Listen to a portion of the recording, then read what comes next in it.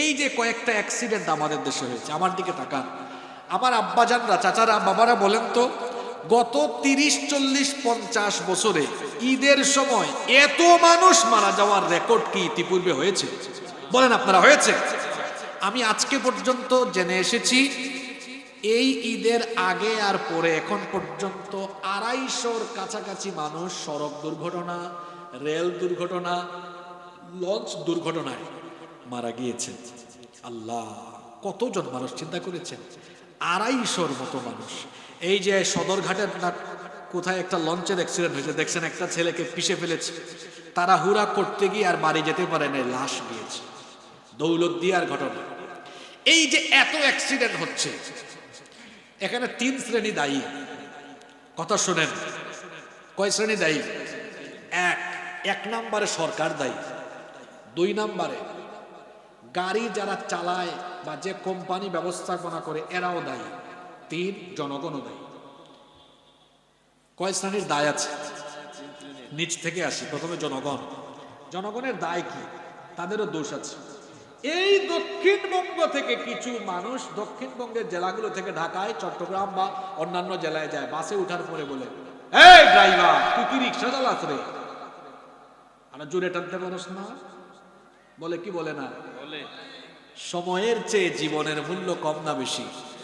Driver এমনিতেই শোনেন, non AC যে বাসগুলো আসে, ড্রাইভার সামনে বসে না, ওইখানে বসে দেখেন সবসময় গাড়ি এমনি এনে এরকম এরকম করে দেখবেন। ট্রাকের ড্রাইভারদের মেজাজ সবসময় খিটখিটে থাকে, কারণ সে থাকে কিসের উপরে? চাকার উপরে, ওইদিকে ইঞ্জিনের আওয়াজ, আর সবসময় এরকম এরকম এরকম করে। তা কেউ কিছু বললে তার মেজাজ ঠিকঠাক থাকে না। দেখবেন ট্রাকের ড্রাইভার 100 জনের মধ্যে 98 জনের মেজাজ হট। একমত না দ্বিমত? একইভাবে বাসের ড্রাইভারদের মাথাও হিট থাকে, বিশেষ করে যারা নন এসি বাসের ড্রাইভার। পিছন থেকে বারবার বলে, হেই বেটা ড্রাইভার, কি গাড়ি চালাস? সে আর কি করবে, শুনতে শুনতে শুনতে শুনতে এক পর্যায়ে বলে, রাখ, গাড়ি কেমনে চালাতে শিখাই দিয়েছি, মজা, ডাইনে কাইত বামে কাইত। এরকম হয় কি হয় না? কত অ্যাক্সিডেন্ট হয়ে যাচ্ছে। এই যে দেখেন দৌলতদিয়ার ফেরিঘাটে যে অ্যাক্সিডেন্ট হয়েছে, আমি এখনো জানি না কেন হয়েছে, তবে আমি ধারণা করছি এই 3 কারণের কোনো একটা হবে। এক, সম্ভবত এই রুটে এই গাড়িতে যে ড্রাইভার দিয়েছে এ হয়তো ফেরির ড্রাইভার না, অর্থাৎ মনে করেন এই বাসটা যে চালায় ওই দিন সে বা তার পরিবারের কেউ অসুস্থ, তা অন্য রুটের ড্রাইভার এনে এখানে দিয়ে দিয়েছে। কারণ আমি নিজে পদ্মা সেতু হওয়ার আগে দৌলতদিয়া ফেরিঘাট দিয়ে আমি আপনাদের এই এলাকায় আসতেছি গত 10 বছর ধরে। আমি দেখেছি ফেরি মানে ওইখানে ড্রাইভাররা খুব সুন্দর করে গাড়ি উঠায় এবং নামায়, এক্সপার্ট। আমার কাছে মনে হচ্ছে 1 নম্বর হয়তো এই কারণ হতে পারে যে ওইটা এক্সপার্ট ড্রাইভার ছিল না। 2 নম্বর কারণ এটা হইতে পারে ড্রাইভারের ঘুম বেশি আসছে। 3 নম্বর কারণটা আমার কাছে মনে হচ্ছে বেশি গুরুত্বপূর্ণ। আমরা দেখেছি মাওয়া ফেরিঘাট, দৌলতদিয়া ঘাট দিয়ে পদ্মা সেতু হওয়ার আগে যখন আসতাম, দেখতাম ফেরিঘাটে এসে ড্রাইভার অনেক সময় সিগারেট, নাস্তা খাইতে নামতো, আর ওই ফাঁকে হেল্পার গাড়ি উঠাইতো। এখন যদি এই কারণ হয় তাহলে তো কাম সারছে, এটাই নাকি? আমি তো বলেছি 3 কারণের কোনো কারণ হতে পারে। আমি বলছিলাম দেশে এত দুর্ঘটনা হচ্ছে, 3 শ্রেণী দায়ী। 1, জনগণ দায়ী। অনিয়ম আর বিশৃঙ্খলার জন্য যদি কোনো দেশের মানুষকে 1 নাম্বার পুরস্কার দেওয়া লাগে, সেই দেশের মানুষ কোন দেশের মানুষ? বাংলাদেশ। আপনারাই বলেছেন এত অনিয়ম এই দেশে। উল্টা দিকে গাড়ি চালায় কি চালায় না? অবাক হয়ে যাবেন, 200 সিসির মোটরসাইকেল 1800 সিসির মাইক্রোবাসকে ওভারটেক করে। এটা নিয়ম না অনিয়ম? চিন্তা করছেন? মাঝে মাঝে ব্যাটারি চালিত অটোরিকশা প্রাইভেট কারকে ওভারটেক করতে যায়। এটা কি নিয়ম না অনিয়ম? এই অনিয়ম আমাদের দেশে কম না বেশি? আমরা মাঝে মাঝে বিদেশে যাই, বাংলাদেশি যাত্রীরা যেখানেই থাকে, এটা তো দেখেছি ঢাকা এয়ারপোর্টে দেখি ককপিট থেকে পাইলট বা কেবিন ক্রু তার জায়গা থেকে বলছে, সম্মানিত যাত্রীবৃন্দ, বিমান পুরোপুরি থামার আগ পর্যন্ত অনুগ্রহ করে নিজ নিজ আসনে বসে থাকুন।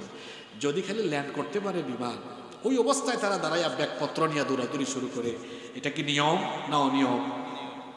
আমি বলছিলাম এত অ্যাক্সিডেন্ট বাড়ছে, বেপরোয়া গতিতে গাড়ি চালানো, ড্রাইভারদেরকে প্রেসার দেওয়া, উল্টা পথে গাড়ি চালানো। এমনকি আজ আমি আপনাদের এখানে আসার সময় আল্লাহ বাঁচাইছে, ওই যে আপনার চান্দিনা, কুমিল্লার চান্দিনাতে আমরা যখন আসতেছিলাম সকালবেলা, এক লোক ফোনে কথা বলতে বলতে হাইওয়ে পাস হচ্ছে, আমার ড্রাইভার সেখানে কড়া ব্রেক করেছে। আল্লাহ বাঁচাইছে, আমাদের পেছনে কেউ থাকলে তো ঠাস ঠাস লাগতো।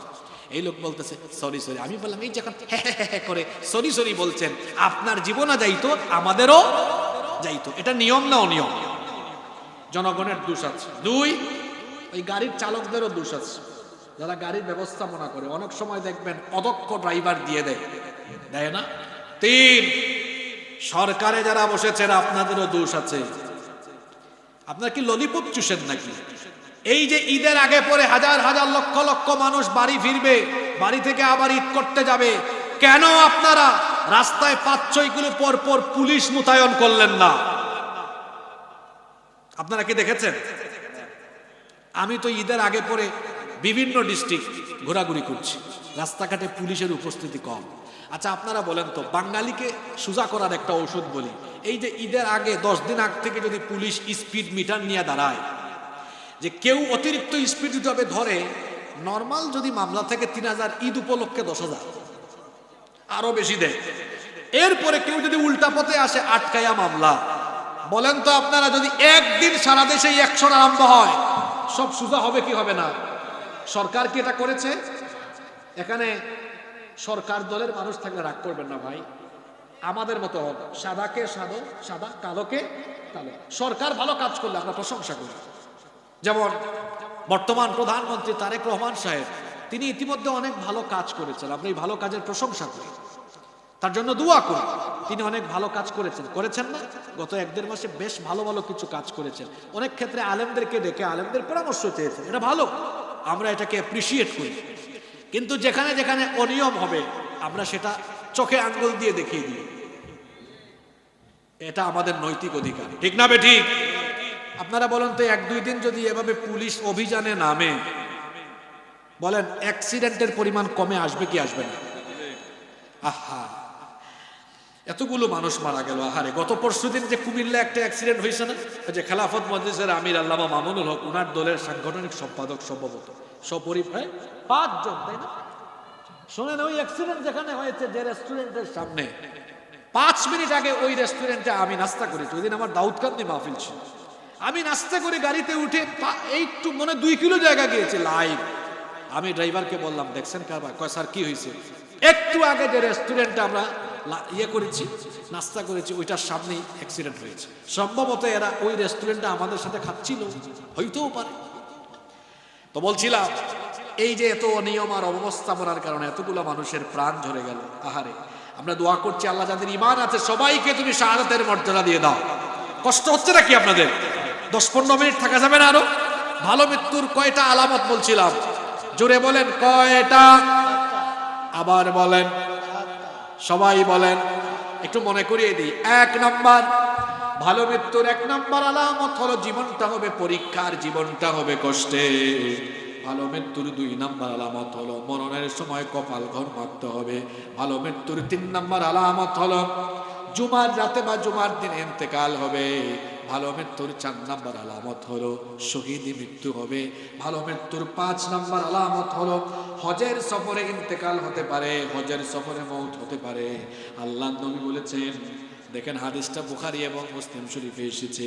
আব্দুল্লাহ ইবনে আব্বাস রাদিয়াল্লাহু আনহুমা, হাদিসের বর্ণনাকারী সাহাবী, তিনি বলছেন, বাইনামা রাজুলুন ওয়াকিফুন বিআরাফা, আমরা আরাফার মাঠে উপস্থিত ছিলাম, হঠাৎ করে লক্ষ্য করলাম এক ব্যক্তি তার বাহন থেকে পড়ে ইন্তেকাল করলো, মারা গেল।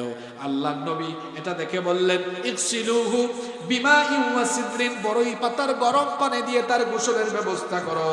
ওয়া কাফিনুহু ফি থাউবাইন, আর তাকে ইহরামের 2 টুকরা কাপড় দিয়ে দাফন, তার কাফনের ব্যবস্থা করো। এখানে একটা মাসালা শুনেন, হজের সফরে কেউ মারা গেলে তার জন্য আলাদা কোনো কাফন লাগে না। ওই যে ইহরামের 2 টুকরা কাপড় থাকে, ওই 2 টুকরা ওই 2 টুকরা কাপড় দিয়ে তার কাফনের ব্যবস্থা করা হয়। আল্লাহর নবী আরো বললেন, ওয়া কাফিনুহু ফি থাউবাইন ওয়ালা তুহান্নিতুহু ওয়ালা তুখাম্মিরু রাসাহু, তাকে কোনো সুগন্ধি আতর এগুলো দিও না, তার মাথাও ঢাকিও না, মাথাটাও ঢাকা যাবে না। কারণ হলো নবীজি বলেছেন, ফাইন্নাহু ইউবাসু ইয়াউমাল কিয়ামাতি মুলাব্বিয়ান, কিয়ামতের দিন তারা তালবিয়া অর্থাৎ লাব্বাইক লাব্বাইক বলতে বলতে কিয়ামতের মাঠে হাজির হবে। তো ভালো মৃত্যুর 5 নাম্বার আলামত বলছিলাম, হজের সফরে মারা গেলে এটাও ভালো মৃত্যু, তাকে মাফ করে দিবেন কে?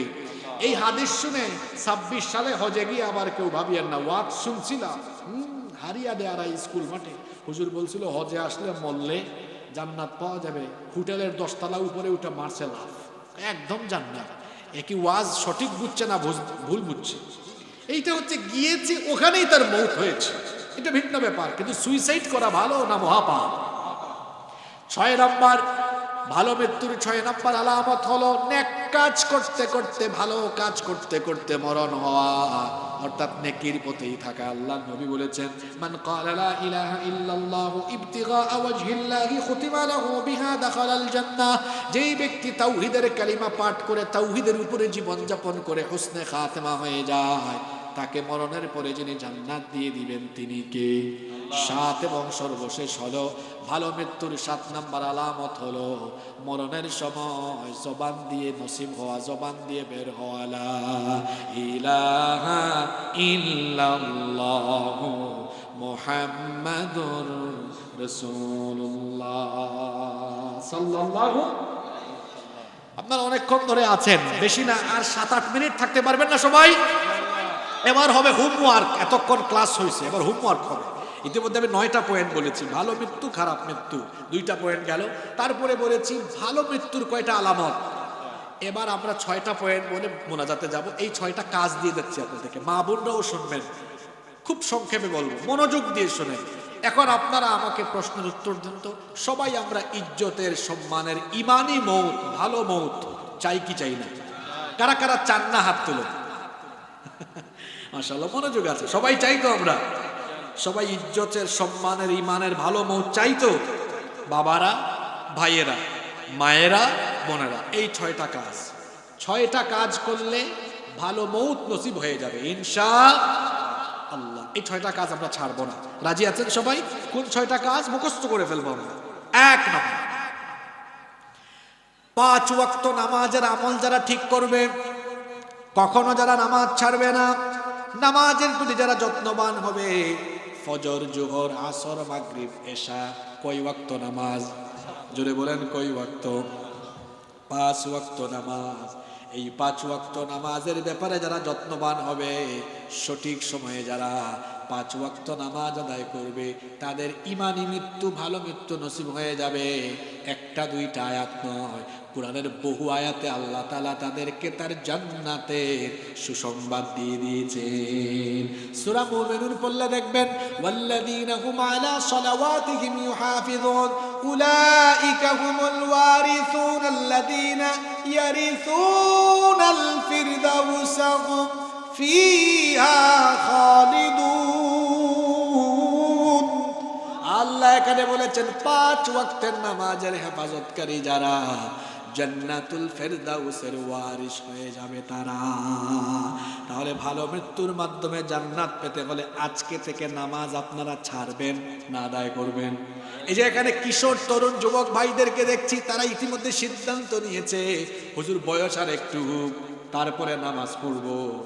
বয়স হওয়ার আগে আপনি দুনিয়ার থেকে চলে যেতে পারেন, কারণ এমন বহু চিত্র সমাজে আছে, চাচার কাঁধে ভাতিজার লাশ, দাদা নানার কাঁধে নাতির লাশ, বাবার কাঁধে ছেলের লাশ, আছে না নাই?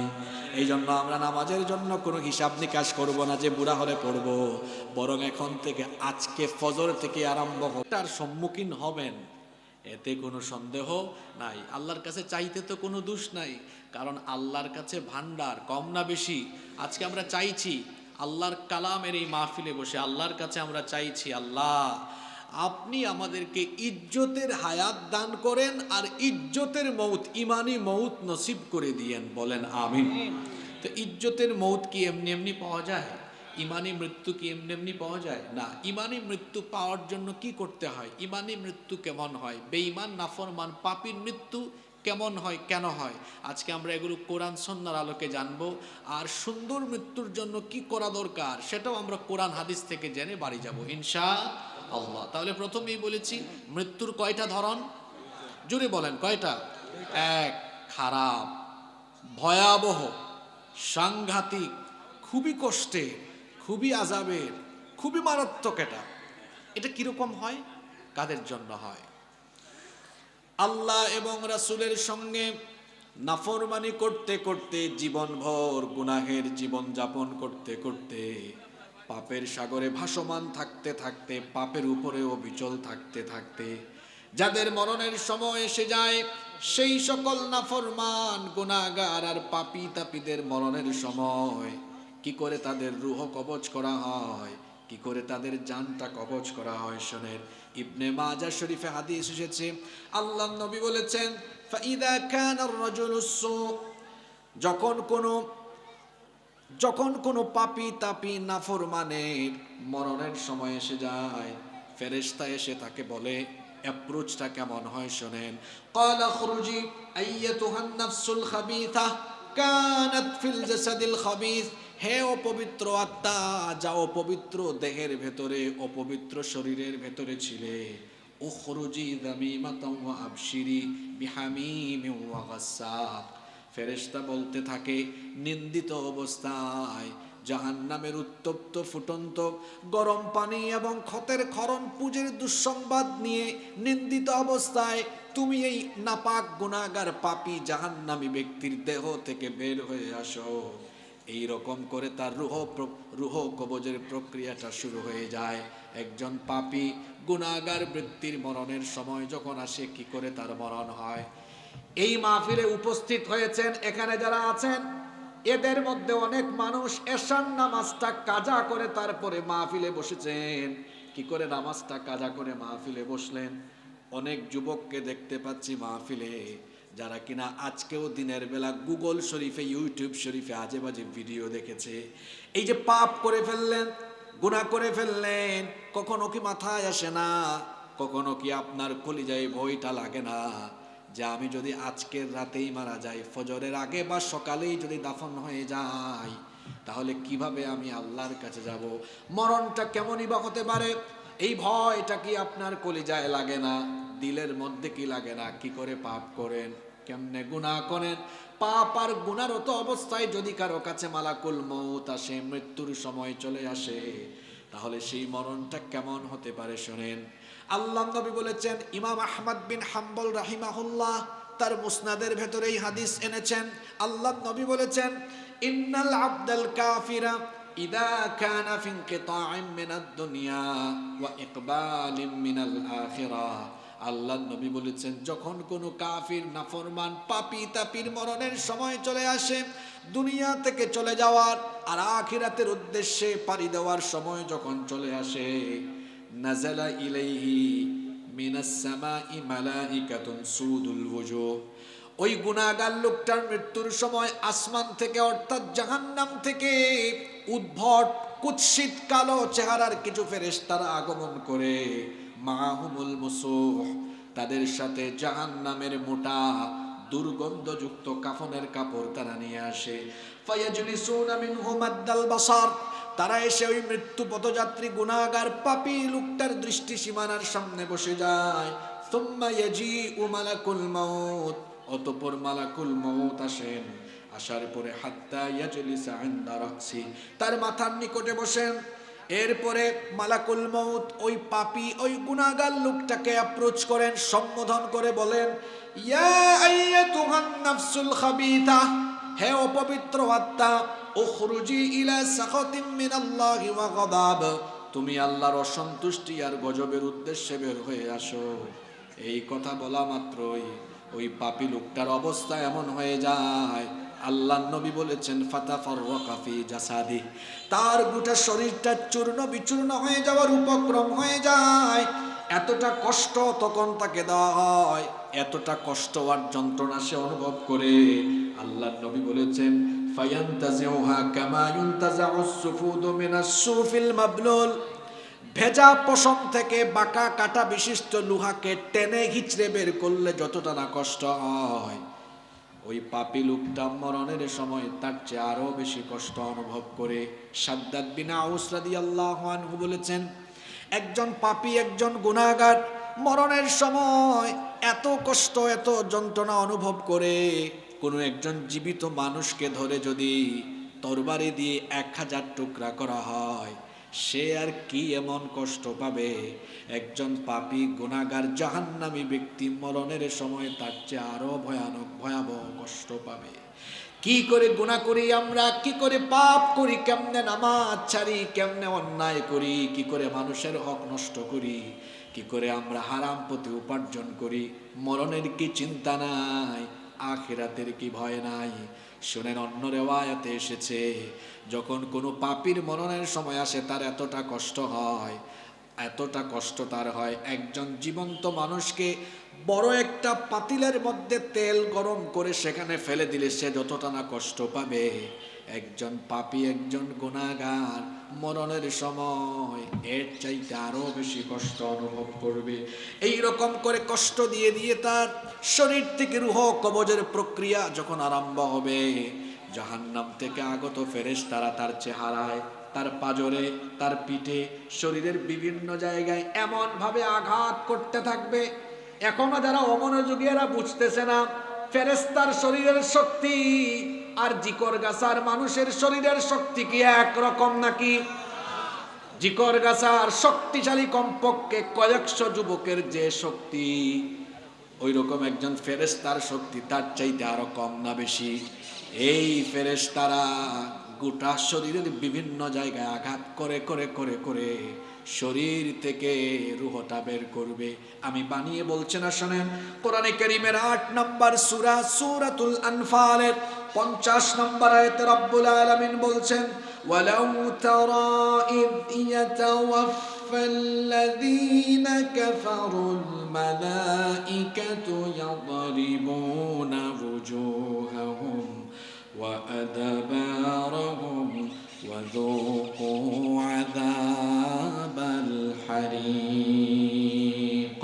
আল্লাহ তাআলা বলছেন, ও নবী, আপনি যদি সেই সকল নাফরমানদের মরণের অবস্থা দেখতেন, ফেরেশতারা তাদের চেহারা, তাদের পার্শ্ব দেশে আঘাত করে করে তাদেরকে কষ্ট দিয়ে দিয়ে জানটা বের করে রূহটা কবজ করে, ফেরেশতারা এক সময় তাকে আঘাত করতে করতে ফেরেশতারা বিরক্ত হয়ে ওই পাপী লোকটাকে তখন আরো বলতে থাকে।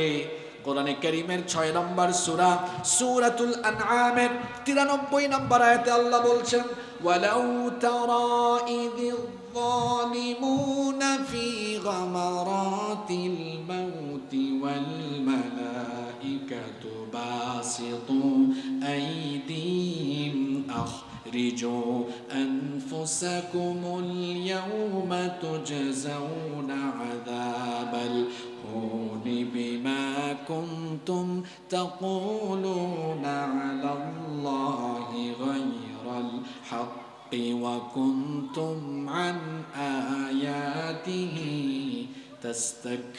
তাস্তাকবিরুন।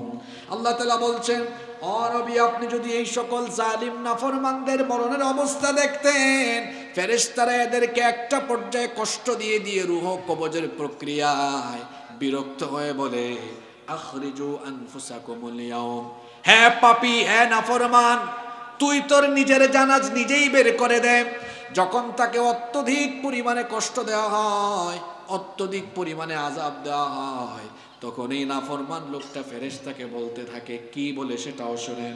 কোরআনে কারীমের 16 নম্বর সূরা সূরাতুন নাহলের 28 নম্বর আয়াত এটা, আল্লাযীনা তাতাওয়াফফাহুমুল মালাইকাতু যালিমি أنفسهم فألقوا السلم ما كنا نعمل من سوء بلى إن الله عليم بما كنتم تعملون। যখন ফেরেশতারা এদেরকে আযাব আর কষ্ট দিয়ে দিয়ে শরীর থেকে রূহ কবজ করা আরম্ভ করে, একটা পর্যায়ে নাফরমান এই পাপী লোকেরা তখন ফেরেশতাদেরকে বলতে থাকে, মা কুন্না না'মালু মিন সু, কেন আমাকে এত কষ্ট দিচ্ছ? আমি তো কোনো অন্যায় করিনি, অপরাধ করিনি, গুনাহ বা পাপ করিনি। তখন ফেরেশতা তাকে জবাব দিবে, কে বলেছে তুমি অন্যায়, অপরাধ, গুনাহ বা পাপ করনি? বালা ইন্নাল্লাহা আলিমুম বিমা কুনতুম তা'মালুন, বরং তুমি যা যা করেছো তোমার সকল আমল সম্পর্কে যিনি জানেন গলার আওয়াজ বড় করে বলেন তিনি কে? তাকে এরকম করে কষ্ট দিয়ে দিয়ে রূহ যখন বের করা হবে, টেনে হিচড়ে তার রূহটাকে বের করা হবে। এক হাদিসে এসেছে, আল্লাহর নবী বলেছেন, যদি কারো গলার ভেতর দিয়ে কোনো বাঁকা কাটা বিশিষ্ট এরকম কাটাযুক্ত গাছ ঢুকিয়ে তারপরে তার পেটের ভেতরে হাত ঢুকায় দিয়ে তার পেটের ভেতর থেকে এটা বের করা হয়, সে আর কি এমন কষ্ট পাবে? একজন নাফরমান বা পাপী মরণের সময় তার চেয়ে আরও বেশি কষ্ট অনুভব করবে। সে যখন বুঝবে, হায় রে হায়, চোখের সামনে আমার বউ, এত বছরের সংসার, যে স্ত্রী আমার এত সেবা করলো, পাশেই আমার ছেলে মেয়ে, আমার নাতি নাতনি, আমার ভাই বোন, আত্মীয় স্বজন, এই যে একজন মৃত্যু পথযাত্রী লোকটার আশেপাশে কাছে এত লোকজন থাকে, বলেন তো মৃত্যুর সময় এতগুলো মানুষ কি তাকে ধরে রাখতে পারে নাকি? আসতে বলবেন না, জোরে বলেন, ধরে রাখতে পারে নাকি?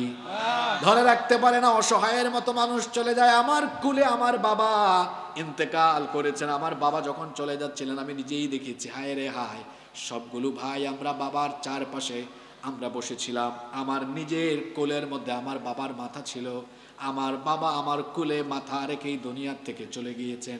এই দৃশ্য তো শুধু বাবার ক্ষেত্রে নয়, আমার অনেক আত্মীয় স্বজনের ক্ষেত্রে, অনেক মানুষ আমার চোখের সামনে মারা গিয়েছে, অসহায় চিত্র দেখেছি, চোখগুলো বড় বড় করে দিয়েছে, মুখ দিয়ে ফেনা বের হয়েছে, কি অসহায়ের মতো মৃত্যুর সময় মানুষ হয়ে যায়। চারপাশে তো মানুষ থাকে, কোনো মানুষ তখন আর তাকে ধরে রাখতে পারে না। সে তখন বুঝে ফেলে এটা আজকে আমার রবের কাছে চলে যাওয়ার দিন। কোরআনে কারীমের ৭৫ নম্বর সূরা সূরাতুল কিয়ামা এর ২৬ নম্বর আয়াত থেকে এই চিত্রগুলো আল্লাহ এভাবে তুলে ধরলেন। আল্লাহ তাআলা বলছেন, কাল্লা ইযা বালাগাতিত তারাকিয়া ওয়া কিলা মান রাকি ওয়া যান্না আন্নাহুল ফিরাক। কাল্লা, কখনো নয়, ইযা বালাগাতিত তারাকি, যখন প্রাণ একেবারে গোড়া পর্যন্ত চলে আসে তখন তাকে বলা হয়, ওয়াকিলা মান রাক, কে আছে তোমাকে আজ ঝাড় ফুঁক দিয়ে বাঁচাবে বা রক্ষা করবে? কত নেতা আপনার কত হেল্প করে, মরার সময় কোনো নেতা কোনো মানুষ আপনার আশেপাশেও থাকবে না, কেউ আপনাকে বাঁচাতে পারবে না। সে বুঝে ফেলবে, আহারে আজ আমার বিদায়ের দিন, সে বুঝে ফেলবে, ওয়া যান্না আন্নাহুল ফিরাক, আজ আমার বিদায়ের দিন। এই জন্য সে ওয়ালতাফাতিস সাকু বিসাক, পায়ের গোছাগুলো ছেড়ে দিবে, অনাবৃত করে দিবে, কারণ সে টের পেয়ে যাবে আজকের দিনটা হলো সেই দিন। ইলা রাব্বিকা ইয়াউমা ইদিনিল মাসাক, আজকের দিন হচ্ছে রবের কাছে চলে যাওয়ার দিন।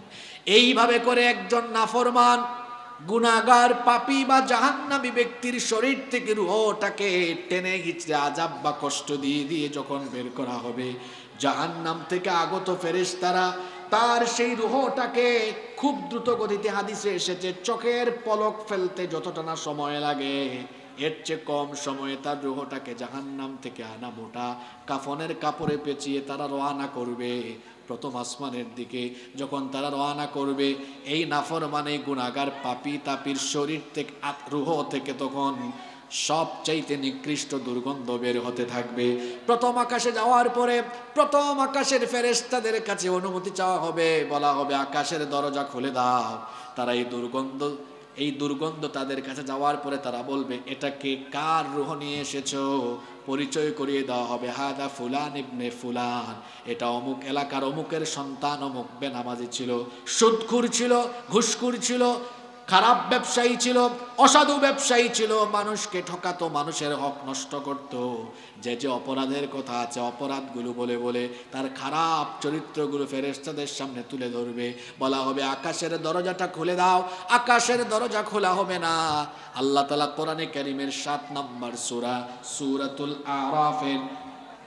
সূরাতুল আরাফের ৪০ নম্বর আয়াতে কথাটা এভাবে বলছেন, লা তুফাত্তাহু লাহুম আবওয়াবুস সামাই ওয়া লা ইয়াদখুলুনাল জান্নাতা حتى يلج الجمل في سم الخياط وكذلك نجزي المجرمين আল্লাহ তাআলা বলছেন এদের জন্য আকাশের দরজা খোলা হবে না, এদের জন্য আকাশের দরজা খোলা হবে না, আর এদের জন্য জান্নাতে যাওয়া ঠিক তেমনটাও অসম্ভব। সুয়ের ছিদ্র দিয়ে যেমন উট প্রবেশ করা অসম্ভব, চিকরগাছার মানুষেরা বলেন তো সুয়ের ছিদ্রটা ছোট না বড়? সুয়ের ছিদ্র দিয়ে যেমন উট প্রবেশ করা অসম্ভব, এই পাপীতাপী গুনাহগারদের জাহান্নামেও প্রবেশ করা, এই পাপীতাপী গুনাহগারদের জন্য জান্নাতে যাওয়া অসম্ভব। বলেছেন যিনি, তিনি কে? আস্তে বলবেন না, জোরে বলেন তিনি কে? প্রথম আকাশের দরজাটাই খোলা হবে না, ফেরেশতারা তার রূহকে জোরে একটা আঘাত করবে, এত জোরে চাপ মারবে যার ফলে জমিনের ৭০,০০০ গজ নিচে সিজ্জিনের মধ্যে গিয়ে তার রূহটা পতিত হবে। সিজ্জিন এটা আবার কি? সিজ্জিন হলো যেখানে জাহান্নামী পাপী তাপীদের রূহকে সংরক্ষণ করা হয়। খেয়াল করে শুনবেন, পাপী তাপী জাহান্নামীদের মরণের পরে রূহ যেখানে সংরক্ষণ করা হয় সেই জায়গাটার নাম কি? সবাই বলেন সেই জায়গাটার নাম কি? এতক্ষণ যাদের মরণের কথা বললাম, এই মরণ কি আমরা চাই নাকি? মাবুদ গো, এই মরণ থেকে আমাদের সবাইকে তুমি হেফাজত করো, বলেন আমিন।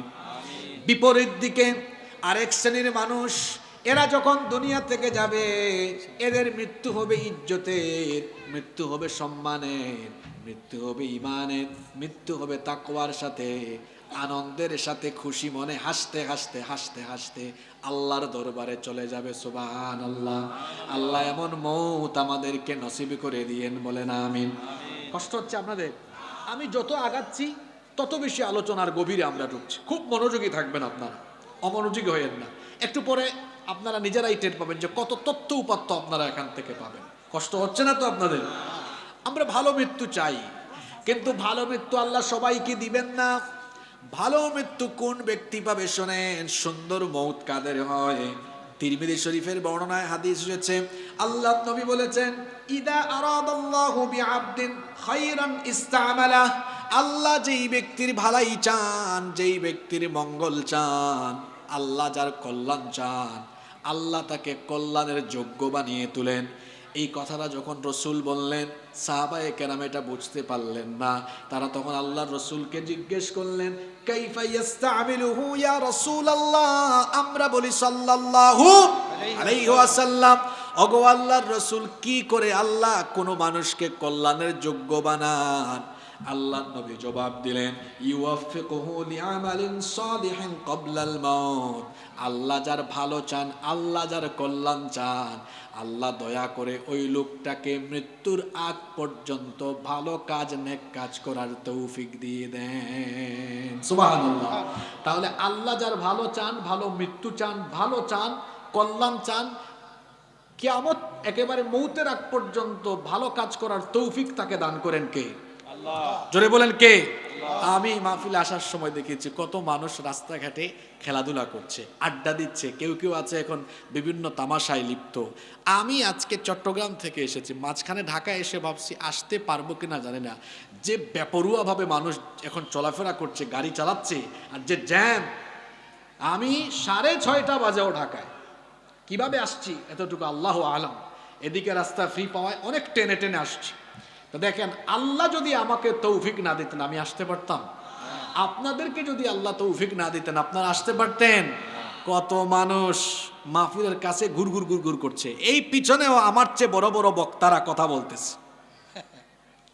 এদের সৌভাগ্য হয় নাই আল্লাহর কালাম শোনার। আল্লাহ তাকে কবুল করেন নাই, আল্লাহ তাকে পছন্দ করেন নাই। আপনাকে আল্লাহ পছন্দ করেছেন, আল্লাহ আপনাকে ভালোবাসেন, আল্লাহ আপনাকে পছন্দ করেন বলে আল্লাহ তার কোরআনের মজলিসে আপনাকে বসিয়েছেন। সুবহানাল্লাহ পড়তে ইচ্ছে করলো না? আল্লাহ কাকে ভালোবাসেন আর ভালোবাসলে কি করেন শুনেন। মনে করেন আমার এই ভাইজানের ছেলে এখানে আগুনের দিকে চলে যাচ্ছে, আগুন লাগানো, আমার ভাই কি এখানে বসে থাকবেন? না না না, উনি দ্রুত গিয়ে তার ছেলেকে আগুনে যেন না পড়ে দ্রুত গিয়ে টান দিয়ে নিয়ে আসবেন। কারণ আমার ভাই তার অন্তরে তার সন্তানের প্রতি একটা মহব্বত, দয়া মায়া, ভালোবাসা আছে না নাই? এই ভালোবাসাটা দিয়েছেন কে? এটার পরিমাণ কতটুকু? রহমত কি আল্লাহ 100 টুকরা করে মাত্র 1 টুকরা আল্লাহ সবাইকে ভাগ করে দিয়েছেন। এটা আমি আপনারা দুনিয়ার সবাই পাইছে কয় টুকরা? 1 টুকরার অংশ অংশ পাইছে। আর 99 টুকরা কার কাছে? তো আমার ভাই 1 টুকরার সামান্য কিছু অংশ পাইয়া তিনি যদি তার সন্তানকে আগুনে ফেলে না দেন, আগুন থেকে টেনে আনেন, তো আমার ভাইয়ের থেকে তো আল্লাহর দয়া আরো 99 গুণ বেশি। সেই আল্লাহ যদি কাউকে ভালোবাসা আরম্ভ করেন, এই লোকটা যখন খারাপ দিকে চলে যায় আল্লাহ তখন নিজে টেনে এনে তাকে নেকির পথে অগ্রসর করে দেয়। ঠিক এই কাতারের মানুষ হয়ে গেছেন আপনারা। আপনারা চাইলে ওইখানে আড্ডা দিতে পারতেন না? আমি আসার সময় দেখছি ওই মুরের মধ্যে অনেক লোক আড্ডা দিচ্ছে। ওকে আল্লাহ কবুল করেন নাই, তার নেয়ামত হয় নাই, তার সৌভাগ্য হয় নাই আল্লাহর কালাম শোনার। আমার সাথে কত ছেলে পড়াশোনা করেছে, তার সৌভাগ্য নেয়ামত হয় নাই মানুষের সামনে কোরআনের কথা বলার। আমি যখন সাজদায় যাই বলি আল্লাহ তুমি দয়া করেছো বলেই তো বলতে পারি সুবহানাকা লা ইলমা লানা ইল্লা মা আল্লামতানা। আমার কোনো জ্ঞান নাই, যোগ্যতা নাই, তুমি চাইলে বলবো, তুমি না চাইলে বন্ধ হয়ে যাবে। তাহলে সব প্রশংসা কার? জোরে বলেন, সব প্রশংসা কার? আল্লাহ বলছেন আমি যার ভালো চাইবো আমি তাকে তৌফিক দিব। আল্লাহ কি দিবেন? এই রকম নেক কাজের তৌফিক যারা পেয়ে যায় তারাই মুমিন হয়ে যায়, মুত্তাকি হয়ে যায়। আর এই মুমিন মুত্তাকি বান্দাদের যখন মৃত্যুর সময় চলে আসে তখন তাদের মরণটা কেমন হয় শুনেন।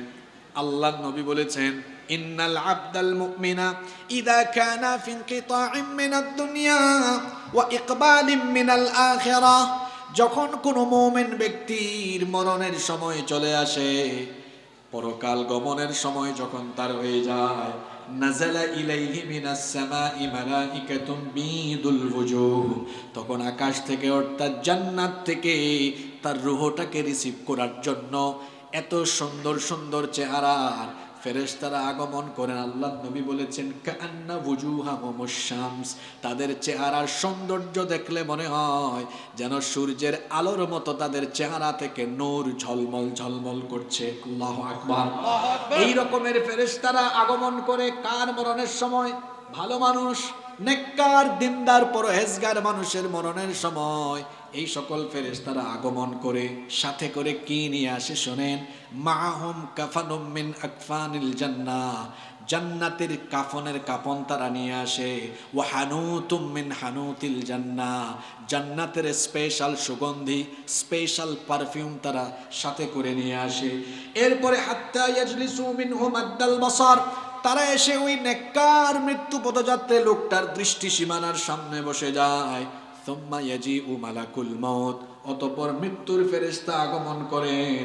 মৃত্যুর ফেরেশতা আগমন করেই ওই নেককার, দিনদার, পরহেজগার ভালো মানুষটাকে আগে মালাকুল মউত সুন্দর করে নিজে আগে একটা সালাম দেয়।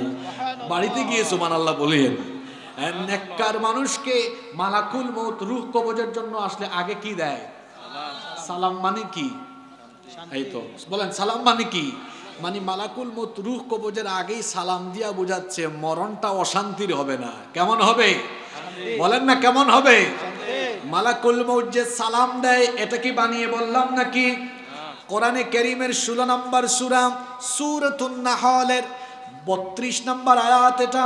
আল্লাহ তাআলা বলছেন আল্লাযীনা তাতাওয়াফাহুমুল মালাইকাতু তাইয়্যিবিনা ইয়াকুলুনা সালামুন আলাইকুম উদখুলুল জান্নাতা বিমা কুনতুম তা'মালুন। ফেরেশতারা এসে বলে সালামুন আলাইকুম উদখুলুল জান্নাতা বিমা কুনতুম তা'মালুন, তোমার উপরে সালাম, তোমার জন্য অভিবাদন, আল্লাহর জান্নাতের সুসংবাদ তুমি গ্রহণ করো। মালাকুল মউত সালাম দেওয়ার পরে একটা ডাক দিয়ে বলে ইয়া আইয়াতুহান নাফসুত তাইয়্যিবা, হে পবিত্র আত্মা, উখরুজি ইলা মাগফিরাতিম মিনাল্লাহি ওয়া রিদওয়ান, তুমি আল্লাহর সন্তুষ্টি, আল্লাহর ক্ষমা আর সন্তুষ্টির উদ্দেশ্যে বের হয়ে আসো। এই কথা বলে যখন মালাকুল মউত ওই ভালো মানুষটার রূহ কবজ আরম্ভ করবে, কি করে তার রূহকে কবজ করা হবে শোনেন। আল্লাহর নবী বলেছেন তার রূহটাকে এত সহজ করে কবজ করা হবে, ফাতাখরুজু তাসিলু কামা তাসিলুল কাতরাতু মিন ফিস সিকা, পানির পাত্র থেকে পানি ঢাললে যেমন পানি খুব সহজেই বের হয়ে যায়, এই নেককার দিনদার ভালো মানুষটা তার শরীর থেকে যখন রূহ বের করা হবে তেমনি সহজ করে রূহটাকে কবজ করে ফেলা হবে। এটা একটা উপমা আমি আপনাদেরকে দেই। 1-1.5 বছরের ছোট্ট বাচ্চা, তার কোনো ভাষা নাই, সে কোনো কথা বলতে পারে না, তার ভাষা হলো শুধু কান্না। তার ক্ষুধা লাগলেও কাঁদে। যখন ঠান্ডার দিনে গা থেকে কাঁথা সরে যায় তখনও তার ভাষা হলো কান্না। ক্ষুধা লাগলেও তার ভাষা হলো কান্না। কান্না ছাড়া কোনো ভাষা নাই। একটা ছোট্ট বাচ্চা, তার ক্ষুধা লাগলে সে যেমন চিৎকার করে কান্না দেয়, তার মা যেখানেই থাকুক না কেন কান্না শুনলেই অন্তরে কলিজায় একটা মায়া অনুভূত হয়। আর মা এসে যখন সন্তানকে কোলে নিয়ে বুকের দুধ পান করায়, সন্তান তখন মায়ের উষ্ণ কোলে দুধ পান করতে করতে একটা পর্যায়ে বড় আরাম করে ঘুমিয়ে যায়। দুধের বাচ্চা যেমন মায়ের কোলে দুধ পান করতে করতে আরাম করে ঘুমায়, তেমনি মোমেন বান্দারা মরণের সময় অবশ্যই মৃত্যুর একটা কষ্ট আছে। কারণ নবীজিও বলেছেন ইন্না ফিল মাউতি লাসাকরাত, মরণের মধ্যে যন্ত্রণা আছে, কষ্ট আছে, কিন্তু ওই যন্ত্রণাটা তখন আর অনুভব করবে না। তার কারণ হলো মালাকুল মউত এসে সালাম দেওয়ার পরে মালাকুল মউত এবার তার চোখের সামনে জান্নাতের স্পেশাল সৌন্দর্য যখন তুলে ধরবে, এই লোকটা জান্নাতের সৌন্দর্য দেখতে দেখতে দেখতে দেখতে চক্ষু বন্ধ করে আরাম করে জান্নাতি ঘুম ঘুমায়া যাবে। আল্লাহ এমন মউত আমাদেরকে নসিব করে দিও, বলেন আমিন। এই লোকটার রূহ কবজ হয়ে গেল। জান্নাত থেকে আগত ফেরেশতারা এবার চোখের পলক ফেলতে যতটা সময় লাগে তার চেয়ে কম সময়ে ওই লোকটার রূহটাকে জান্নাতি কাফনের মধ্যে মুড়িয়ে ফেলে। তখন তার শরীর থেকে তখন তার আত্মা থেকে রূহ থেকে স্পেশাল জান্নাতি সুগন্ধ বের হতে থাকে। আল্লাহু আকবার। তারা রওনা করে যেতে যেতে যেতে যেতে প্রথম আসমানে যখন চলে যায়, প্রথম আসমানে যাওয়ার পরে ফেরেশতারা বলে কার রূহ নিয়ে এসেছো, এত সুগন্ধ, এত এত সুগন্ধ, এত সুগন্ধ লোকটাকে? তখন ফেরেশতারা বলে হাদা ফুলান ইবনে ফুলান, এটা জিকরগাছার হারিয়া দেয়ারা এলাকার আব্দুল মজিদ সাহেবের ছেলে আব্দুল করিম। নামাজি ছিল, আজান হলেই নামাজে, ভালো মানুষ ছিল, আলেমুল আমাদের সোহবতে থাকতো, মানুষের হক নষ্ট করে নাই, কোনোদিনও গুনাহ করে নাই, খুব ভালো ছেলে ছিল, ভালো যুবক ছিল, সারা জীবন দিনের পথে সে থেকেছে। আকাশের দরজাটা খুলে দাও। তখন সেই ফেরেশতারা বলবে তার জন্য আকাশের দরজা খুলবো না তো কার জন্য খুলবো? আহলান সাহলান ওয়েলকাম দিয়ে আকাশের দরজাটা খুলে দিবে।